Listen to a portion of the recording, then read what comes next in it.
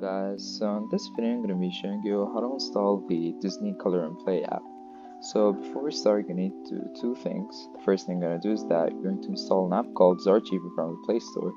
And the second thing is that you're going to install the XAPK file from the links in the description below. So after you've done that, you're going to open Zarchiver, head over to download, and you're going to click once on the XAPK file, click on install, and click on install again.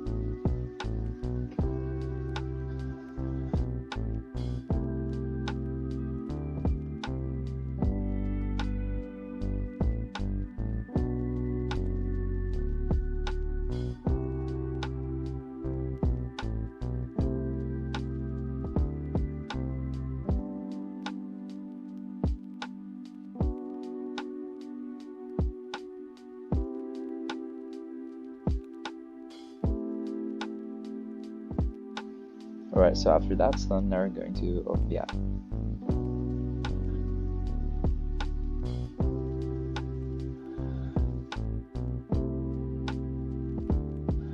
You're going to click on allow, and click on while using the app.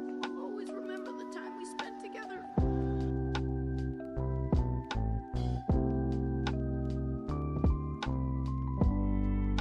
You're going to click on X.